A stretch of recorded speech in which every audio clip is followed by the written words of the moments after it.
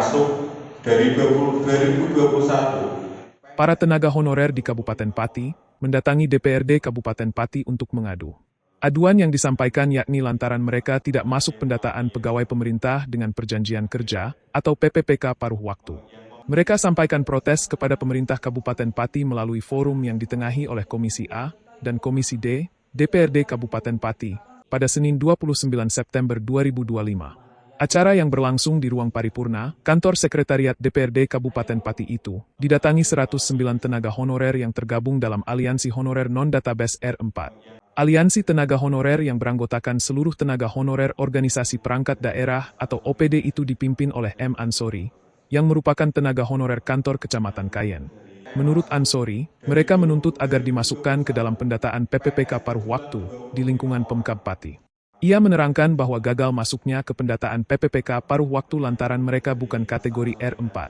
Diketahui, kategori R4 merupakan para pelamar seleksi PPPK tahun 2024 yang tidak mendapat formasi pada seleksi PPPK tahap 1 dan tahap 2. Sehingga, bagi mereka yang tidak mengikuti seleksi PPPK, maka gagal masuk pendataan. Alasan pun diungkapkan, lantaran sebelumnya mereka mendaftar CPNS. Sedangkan, bila peserta seleksi CPNS sudah terlanjur mendaftar di tahun anggaran 2024, maka otomatis mereka tidak dapat ikut serta dalam tes PPPK di waktu tahun anggaran yang sama pada waktu itu. Sayangnya, kesempatan tes CPNS yang mereka ikuti dilalui dengan kegagalan, sehingga Ansori dan rekan-rekan kecewa. Kondisi semakin berkecamuk ketika ada wacana tenaga honorer disisihkan oleh pemerintah, apalagi tenaga PPPK akan segera ditempatkan di instansi daerah. Mereka khawatir ketika posisinya terancam oleh masuknya tenaga ASN baru.